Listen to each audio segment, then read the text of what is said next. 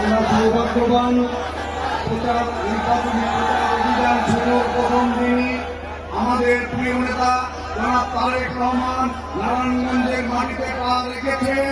সেই কারণে আমরা নারায়ণগঞ্জবাসীর পক্ষ থেকে জনাব তারেক রহমানকে সংগ্রামী শুভেচ্ছা এবং ধন্যবাদ জানাই। সম্মানিত প্রিয় অভিভাবক, আপনি জানেন বাংলাদেশে যতবার সুষ্ঠু নির্বাচন হয়েছে ততবারই এই নারায়ণগঞ্জের ৫টি আসন বাংলাদেশ জাতীয়তাবাদী দলের প্রার্থী ধানের শীষের প্রতীকে বিজয় লাভ করেছে।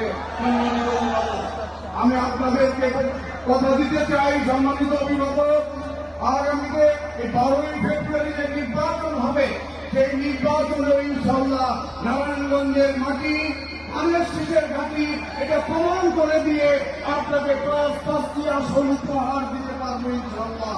সম্মানিত অভিভাবক, আপনি জানেন গত সরকারে আমাদের এই নারায়ণগঞ্জে ভোট ভাড়ার বন্ধ চালু করা হয়েছিল।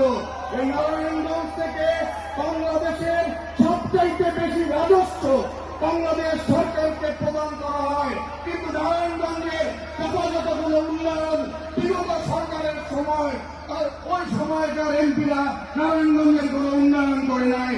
ইনশাআল্লাহ আপনার কাছে আমাদের নারায়ণগঞ্জবাসীর প্রত্যাশা, আপনি আমাদের উন্নয়নের দিকে আপনি দৃষ্টি দিবেন। এই নারায়ণগঞ্জে একটি মেডিকেল কলেজ করা প্রয়োজন, একটি মেডিকেল কলেজ হাসপাতাল প্রয়োজন।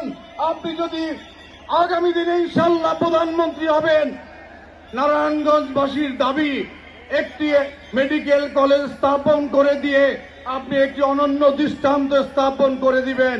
মাননীয় অভিভাবক, সম্মানিত অভিভাবক, এখন আপনি আপনার বক্তব্য রাখবেন। আপনার বক্তব্য শোনার জন্য বিকাল থেকে এই